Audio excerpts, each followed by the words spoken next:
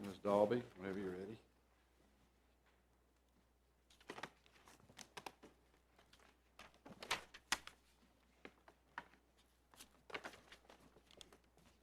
Good morning, Your Honors. And if you please report, my name is Nancy Dalby. I represent the appellant in this matter, Amanda Underwood. The issues, there's two issues basically presented by the appeal from the district court in this case. And one is, should Ms. Underwood be precluded from bringing her 1983 claim? Could you please? I'm sorry. Is that better? There you Yes, go. thank you.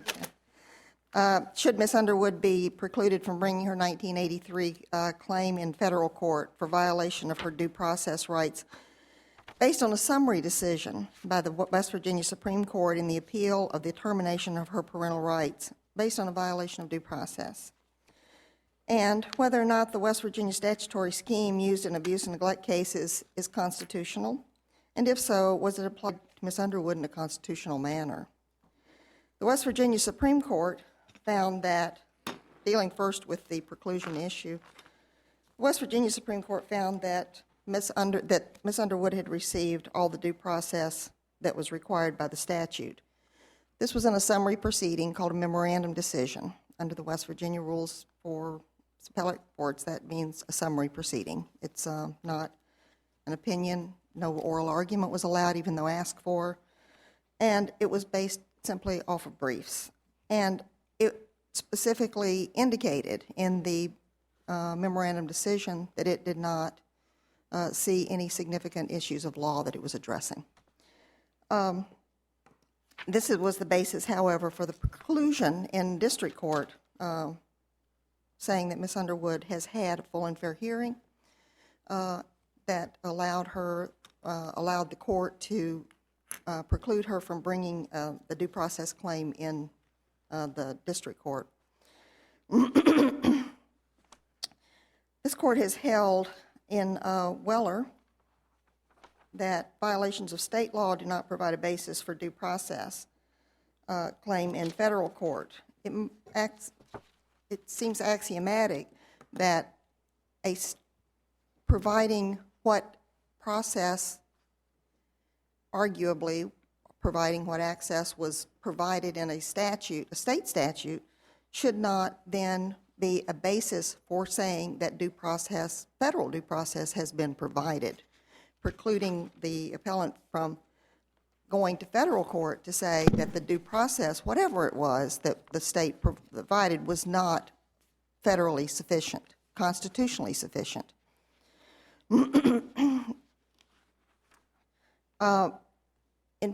There must be a determination that the process provided was appropriate to the interest at stake and was provided at a meaningful time and in a meaningful manner. This was not dealt with by the West Virginia Supreme Court. There's a long line of cases defining what constitutes due process, from Mullane versus Central Hanover Bank and Trust in the 1950s, saying that the process provided has to be appropriate to the state at interest, and to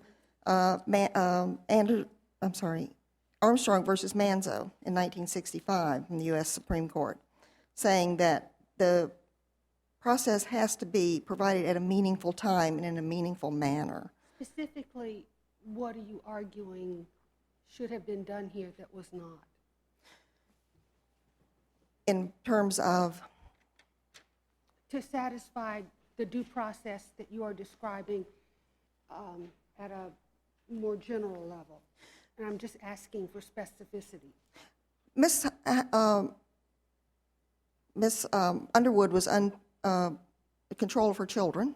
She had full custody of her children at a time when the West Virginia Department of Health and Human Resources took custody of her children without any pre-taking deprivation, a pre-deprivation hearing, notice or hearing, or any post-deprivation notice or hearing. There had been a prior taking under a court order, which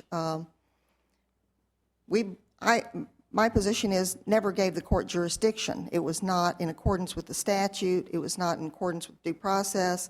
It was not a duly signed order. It did not comport with law. However, under that announced from the bench order, because there was no written order at the time the first taking of the children happened, the department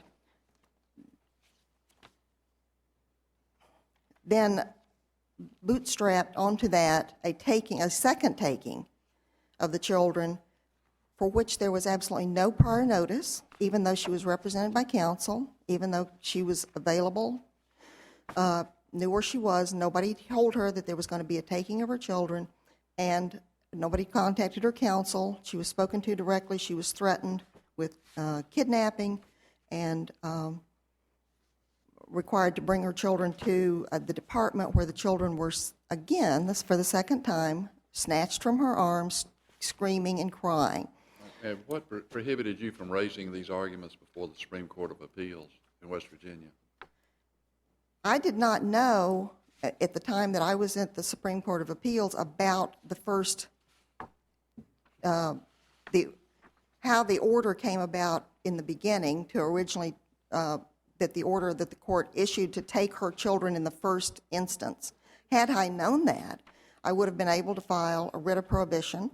I would have been able to raise the issues of whether or not the judge exceeded his authority. What prohibited you from knowing that? I wasn't, but when the first order was issued, neither myself nor neither Amanda Underwood was not a party to the case. She wasn't present at the hearing.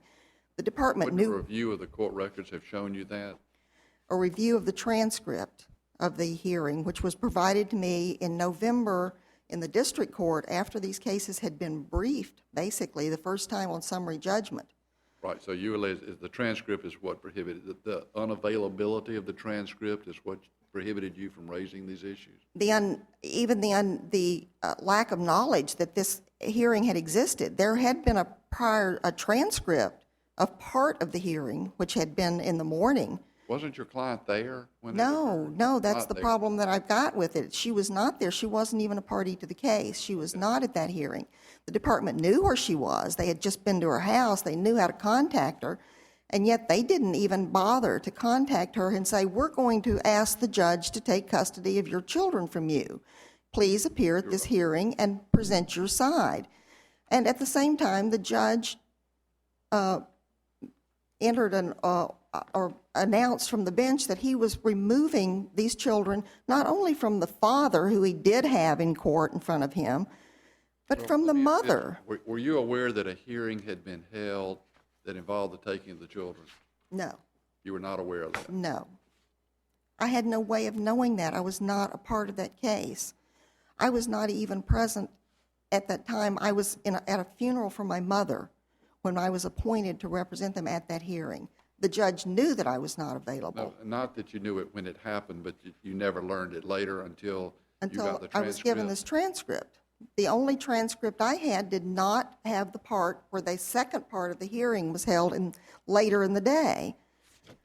I had no way of knowing that. I was not privy to that case because these cases are confidential. I represented nobody at that time.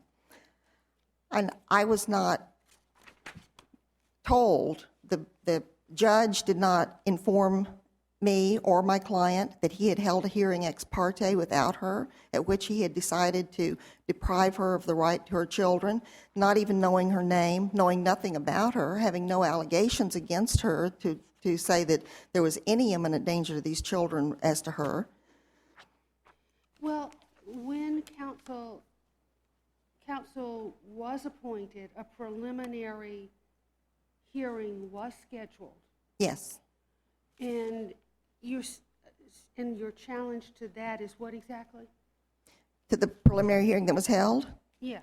That there was no notice so that she could appear at the time that the judge decided to enter an order depriving her of the custody of her children. Well, She did not see her children, an 8-month-old baby and a 2-year-old child, for 10 days. They were taken from her arms in the night by Miss Carper and an armed police officer with no order She had no idea what was going I'm on. referring to the preliminary hearing scheduled in July, Yes. after which the court returned the custody to the plaintiff, conditioned on compliance with the safety plan. It was not conditioned on compliance with the safety plan. There was nothing, if you read that transcript, it simply asked of her, would she enter into a safety plan? I answered for her, she would be willing to do the drug test and not have Mr. Okay, well, in compliance In the home. with those requirements, whatever you may call it, what was infirm about that process? There was no preliminary hearing as to Miss Underwood. She came into the courtroom, the prosecutor said to the judge, we are returning the children to Miss Underwood. That was the only thing. Well, I'm trying to understand a couple of things. You said that there was no pre-taking or post-taking hearing. That was the second taking. The first taking, there was no pre-taking notice and hearing. There was a preliminary hearing at which there was nothing pursued against Miss Underwood. The department simply said, we're giving the children back to her. I do understand that, but you also said, I thought that there was no post-taking, there was no post-taking hearing. At the second taking on July 27th. When they took them on July the 10th, pursuant to the announced order of the court, which had not been signed or entered. Well, she was instructed to bring the children in July because she took drug tests that were returned as dilute, which suggested tampering. Is that not correct? That may have been the department's rationale, but there was no, because we never had a hearing, that was never tested. There was no test to determine whether or not she took a drug test that was dilute or what the meaning of a dilute drug test was, whether it meant anything other than that she drank too much water before she took the test. It was never introduced into evidence under the rules of the evidence because we never had a hearing. Let me go back. I know we're jumping around with you, and it may be hard to follow, but on the July 10th hearing, was the husband there? The husband was there The husband's there, but the wife's not there. because there was an ongoing case involving the husband and an ex-girlfriend of his who had a child by him. And that was the subject of the case at the time. Miss Underwood was not a party, nor were Mr. Underwood's two children by Miss Underwood. The Supreme Court of Appeals of West Virginia upheld the termination, right? And they were not aware of the untimely initial petition? No, they were not. They were aware. I had stated as part of my petition that the petition there was no petition filed at the time that an order was entered in accordance with law. Right. I did not have any idea that what the judge had entered into and what the prosecutor had told him he could do was ratify an emergency taking. But you did present, as I understood it, the fact that you just set out to the West Virginia the Supreme Court of Appeals.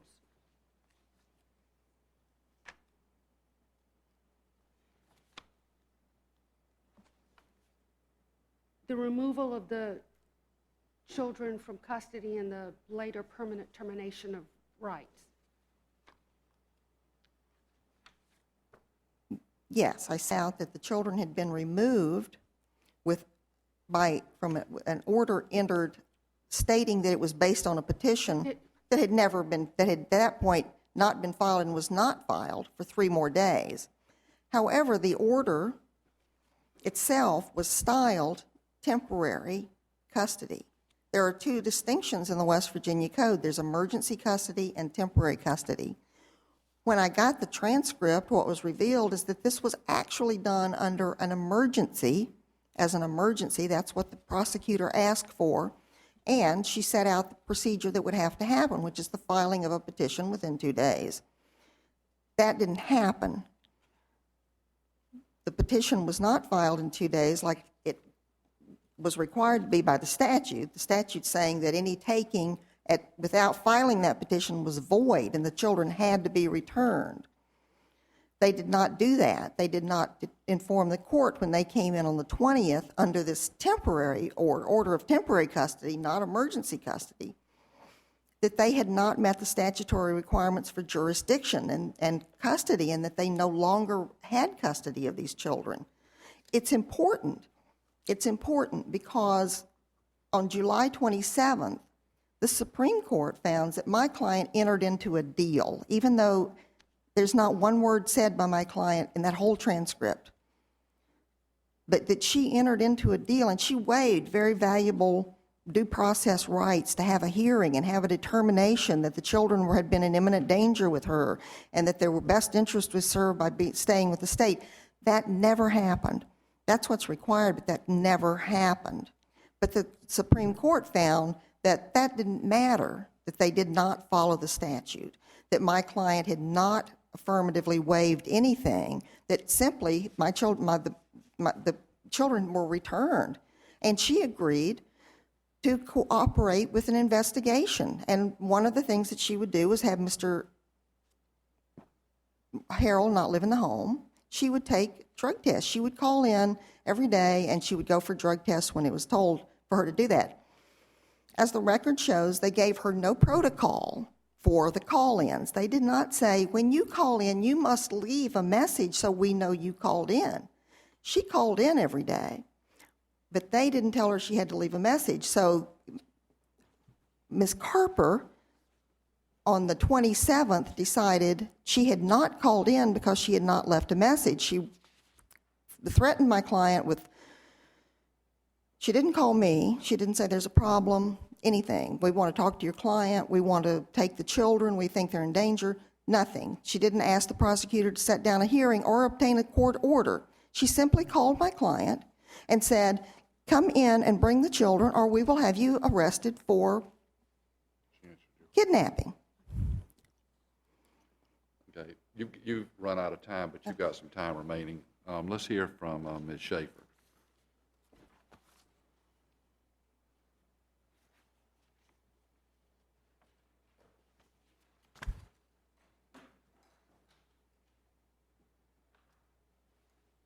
May it please the court, my name is Natalie Schaefer, and on behalf of the appellees, I respectfully ask this court to affirm the district court's order granting summary judgment on all claims. The appellant has asked this court to reverse summary judgment as to 2 claims. First, the constitutionality of Chapter 49 and the companion rules and regulations associated with the West Virginia Child Welfare Act, both facially and as applied to the appellant. And secondly, to reverse summary judgment with respect to the appellant's claim under Section 1983 for a 14th Amendment due process challenge based solely on the removal on July 27, 2009. Before I jump into the analysis with respect to the 2 main legal issues involved in this appeal, I do want to address what was discussed by the appellant. First, with respect to the initial taking on July 10th, that initial taking was in specific response to a bench oral order directing CPS, Child Protective Services, to remove the 2 children from the home of Miss Underwood and her husband. The reason for that, and this transcript was available, but the reason for that was because the hearing reconvened after Mr. Harrell, the husband, tested positive that day for a cocktail of drugs. And the court found imminent danger and removed all of the children in the home. And in response to the state amending its petition to include the plaintiff and her 2 children. correct. So it wasn't sua sponte. There was a request. There was an oral request made simply as a result of the reconvened drug test that was returned positive because the children were in the home of Mr. Harrell, who lived with the appellant, Miss Underwood, and these children. So the court, it was a Friday, the court from the bench issued an oral order for CPS to remove the children immediately based on the imminent danger associated with Mr. Harrell's drug use. The following Monday, on the 13th, the court signed an order of temporary custody assigning the DHHR custody of all of the children, including the appellant's 2 children, finding imminent danger. Ms. Dalby, counsel for Ms. Underwood, the appellant, was appointed that Friday, July 10th, by the court in that hearing. Granted, Ms. Dalby and Ms. Underwood were not present at that time, but Ms. Underwood's husband was, and so was his attorney. And Ms. Dalby was advised the following day, Saturday, July 11th, by the guardian ad litem via email that is attached in the record, that she had been appointed in this case to represent Ms. Underwood with respect to the adjudication, and that there was a preliminary hearing set for July 20th, in accordance with West Virginia law that requires a preliminary hearing within 10 days of a taking. Did Ms. Dalby and Miss Underwood have any prior relationship? I'm unaware. There's nothing in the record to suggest that. Thank you. Now, I may be confused, and I'll readily admit that about the facts in this case. But I understood Ms. Dalby to say she was never aware of what had transpired on 7/10 with regard to the removal of the 2 children. What had happened? Go ahead. What had happened, the transcript was available. Ms. Dalby had a copy of the transcript. The transcript had been available during the pendency of the underlying abuse and neglect case. What happened was that original transcript did not indicate or reflect the reconvened portion where the court ordered from the bench to remove the children. So November of last year, years later, my firm and myself defending this civil action, looking back at the record, it's clear that there is some portion of that has to have been missing. I took it upon myself, as a matter of due diligence in defending this matter, representing my clients, to contact the court reporter. He went back through, found his tapes, and sure enough located a reconvened, very short, reconvened portion of that hearing where the court did, in fact, order removal. And you discovered that by examining the docket? Oh, absolutely, absolutely. Well, and also because of the fact that there was an order entered the 13th, and the order from the 13th acknowledged the hearing from the 10th. Well, more than the hearing. And the removal, of course, yes. And the removal order. Correct. But And the removal had occurred. The children Friday were taken out of in effect, out of the home. correct. So, I mean, she knows that night her children are not in her house. Correct, Okay. correct, Your Honor. Notice, And Ms. Dalby knows she's been appointed the next day. correct, via email from the guardian ad litem. Now, notably, I would like to point out that Ms. Underwood, in an affidavit in the underlying case and in this case, specifically noted that prior to the taking on the 10th, Ms. Carper, the CPS worker, did extend the courtesy of contacting her to advise her that the court had so ordered. And so there was somewhat prior notice, but again, it was a court order issued from the bench. CPS had to follow it and remove the children that Friday based on imminent danger. Since that time, to the extent that there was an issue that was unresolved, all of those issues were raised on appeal to the Supreme Court of West Virginia. First, the appellant is collaterally estopped from bringing all of these claims arising from purported due process violations. And the basis for that is all of those issues, both factually and legally, were raised in front of the Supreme Court of Appeals of West Virginia. May I interrupt you for just a moment? Yes, Hold sir. that thought. I just want to make sure I understand. Assuming hypothetically, purely hypothetically, that we were to agree with the appellant here, what relief really is, what is your understanding of what the appellant is seeking here? It's unclear.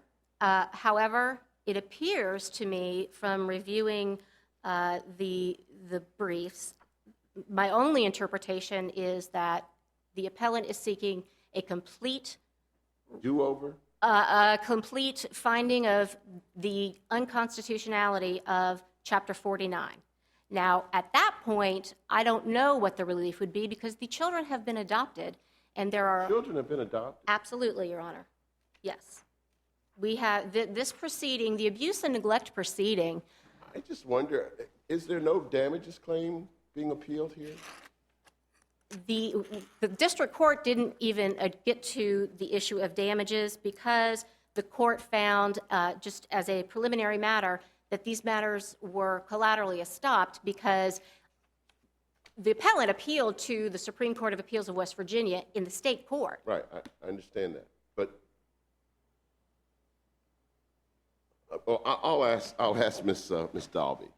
She was reacting as I asked you, but surely nobody thinks a federal court is going to undo an adoption. Surely nobody thinks that. Well, and that's a component of the issue here. And the issue really is the applicability of preclusion to the Supreme Court of Appeals of West Virginia. Ms. Underwood did not appeal. But I'm just wondering if it's more mootness than preclusion. What are we fighting about here? Sure, we're not fighting about the abstract constitutionality of this statute. That can't be what this case is about. At this stage, certainly. At this stage, based on the appellate's brief, the issue appears to be that the statute is unconstitutional because it does not require clear and convincing evidence at the time of termination. This issue is the only issue that is raised as a facial challenge to the statute. And in regard to that, our response is, first, that issue should be precluded because the Supreme Court addressed all of the issues and found no due process violations in this specific case. But as it relates to the substance of a facial challenge with respect to a clear and convincing evidence standard at the point of termination. But could we actually be precluded, assuming we had jurisdiction, by a state court determination of the constitutionality under the federal statute? Could a federal court ever be precluded by that? I mean, that would gut all of Article 3, wouldn't it? Or a good part of it. Well, I think that the finding of the Supreme Court of Appeals that no due process violation as it relates to Ms. Underwood. Okay, as applied. As applied. Okay. Now, to the extent that a facial challenge could have been raised in the underlying case, according to West Virginia preclusion law, if an issue could have been raised and simply was not, that likewise is precluded. So it's certainly not a matter of the court not having jurisdiction to address the federal constitutionality of a statute. That jurisdiction is without question.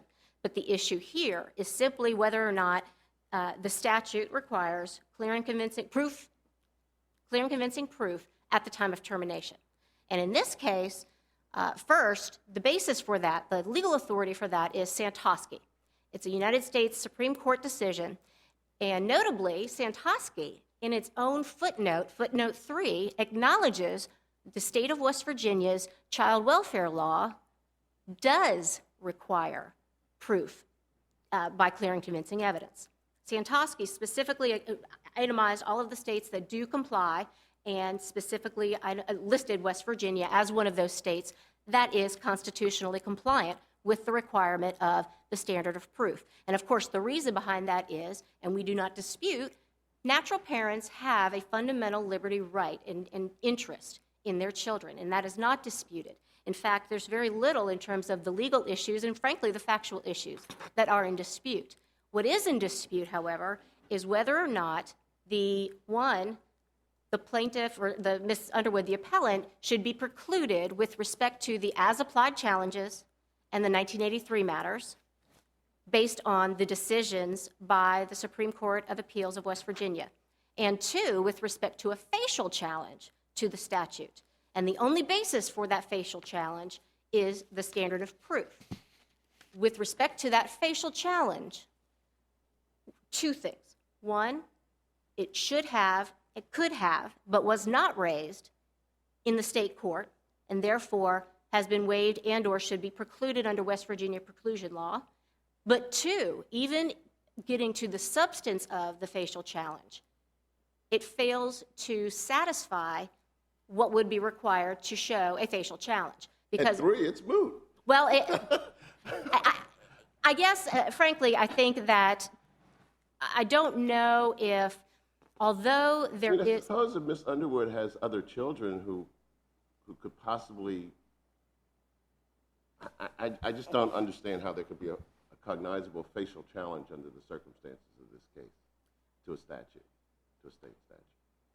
Well, we don't either, because, yes. Could I ask about the damages? Yes. From the, would that survive the adoption, et cetera? Because there was a request for damages under the under the 1983 claim. I think if the 1983 claim, based on a 14th Amendment due process violation, survived, based on, and the only factual basis, an alleged factual basis for that is the July 27th removal due to arising from the violation of the safety plan. That's the removal that is the sole basis for the 1983 claim in this appeal.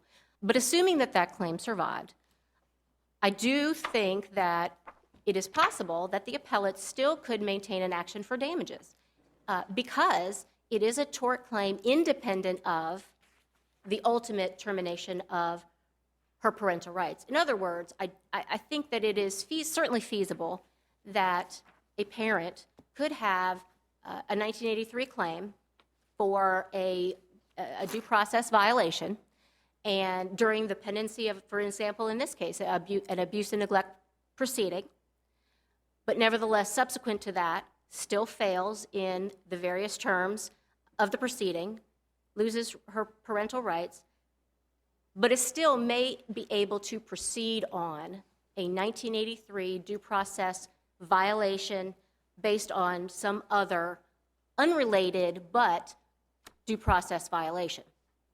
I do think that they are independent, but I think in this case, the 1983 claim nevertheless fails because of preclusion and because there was no due process violation.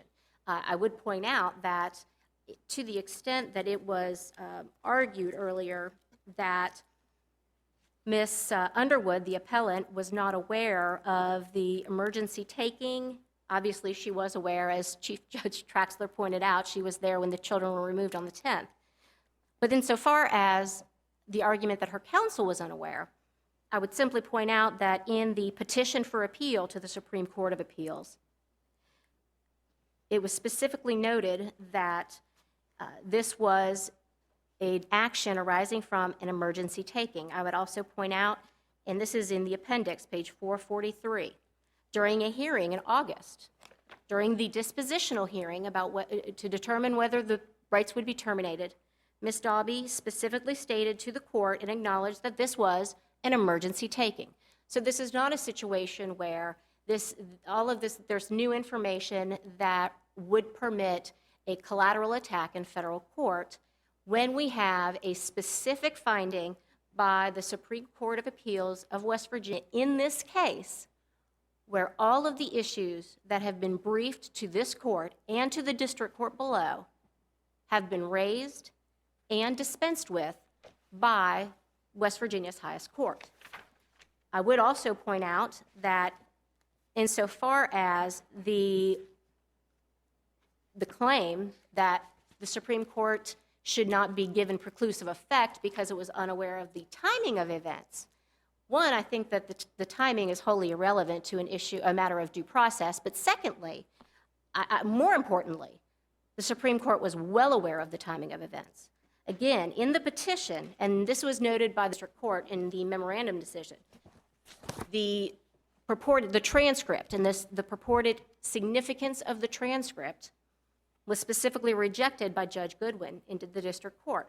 The reason for that is, when you review the petition and the writ of habeas corpus, both filed in state court and both denied, the writ was refused and the appeal was denied, the appellant specifically acknowledged the timeline of events. She acknowledged that the children were removed on the 10th because of an imminent danger finding in court, a hearing that she was not present at.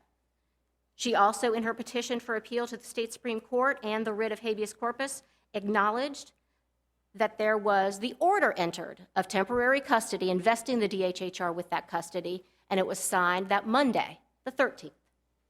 By this time, Ms. Dalby, Ms. Underwood's attorney, was provided with that order because the order specifically reflects, and the docket sheet of the clerk reflects, that that order was sent to Ms. Dalby via fax.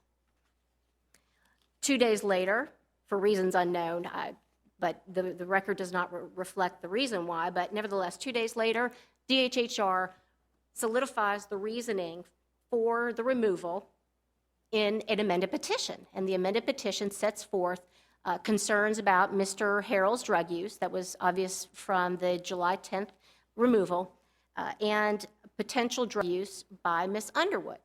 That was filed on the 15th. Correct. That was filed on the 15th and also provided to Ms. Dalby as counsel for Ms. Underwood.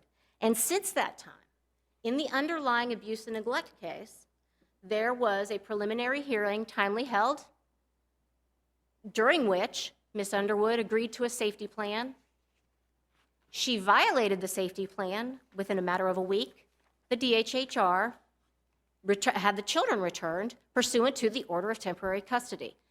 After adjudication, Ms. Underwood and Ms. Dalby attended 13 different hearings in this proceeding alone and never raised any objection regarding the custody, regarding perceived due process violations, and instead actually affirmatively denied having any objections to the proceeding and, in fact, specifically affirmed the manner in which custody has been held. For instance, the improvement period terms that counsel and the appellate agreed to included a visitation schedule. Clearly, she doesn't have custody if there's a visitation schedule. And she also agreed to, and in fact, I would also add that there was an order entered in June of 2010 before disposition that indicated that custody was still vested with the DHHR. Therefore, if there are no questions from the court, I would simply request that the court affirm the district court's judgment of summary judgment in favor of the appellees. Thank you. Thank you, Ms. Schaefer. Ms. Dalby, reply. I'd like to respond to the allegations and the issues that were raised on examination with Ms. Schaefer. Could you, before you do that, just very briefly, what specifically are you seeking? Well, I guess, what are you appealing and what are you seeking from this court? In this court, I'm appealing the district court's refute the summary judgment of my client's 1983 damages action. Damages claim. I So that's, made no claim for return of the children. That is not allowed under Rooker-Feldman and many other Okay. things Thank you for that would not be appropriate to so bring this you federal were here court. solely on individual claims for damages against certain individuals in their individual capacity. Yes. And Yes. that's it. Yes. That plus the allegation that the West Virginia statute and the statutory scheme is unconstitutional. But don't you agree with me that that's irrelevant to your claim for damages? Whether the statute is constitutional or not on its face is irrelevant to whether any one of the individual defendants, appellees, deprived your client of due process or some other constitutional entitlement. It's a separate claim from the due process claim. It is not a claim for damages based on the Why unconstitutionality. would we decide it? Because my client, who what is still of author- childbearing age, What authority do we have as an Article III judge in this case, at this posture, to decide the abstract question of the facial constitutionality of a West Virginia statute. My client was injured by that statute. Right, And and if you obtain a reversal and it goes forward in the district court, she may be entitled to damages, perhaps not. But you just said you're not challenging the adoption.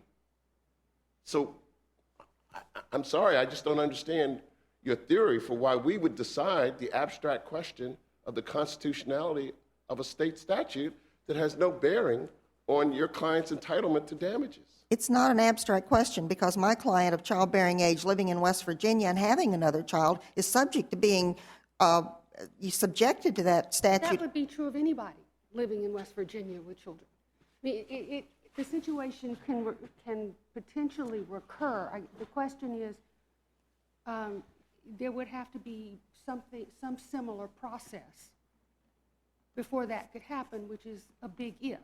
No, there was already another case with my client and her daughter. Because she was involuntarily terminated to her first two children, when she had her second child, they automatically filed a petition against her under this same statute. In which you can challenge the statute. Not with this. We're not with the West Virginia Supreme Court. They not only don't uphold the due process that's in the statute, they waive any due process that's in there.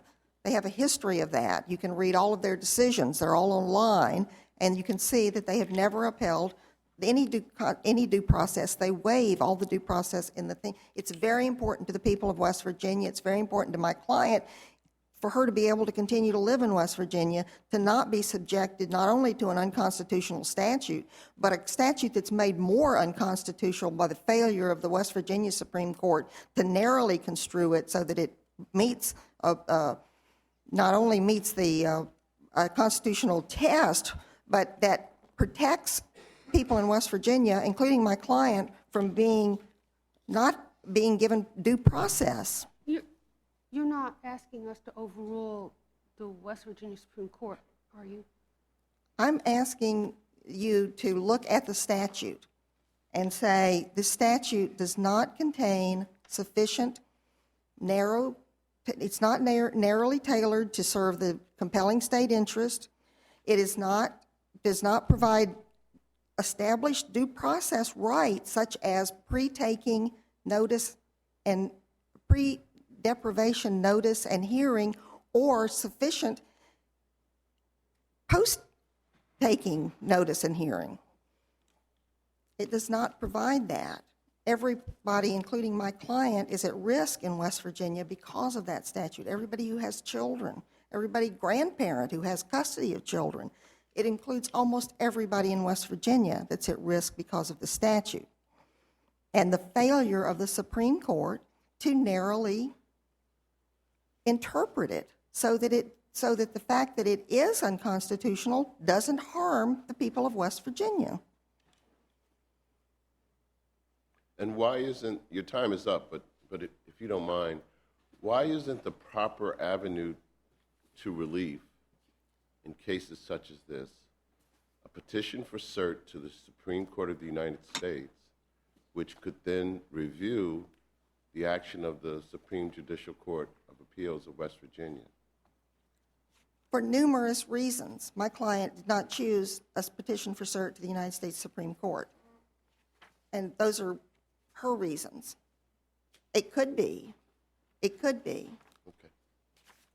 Thank you. All right, thank you. We'll come down and greet counsel and then go into our last case.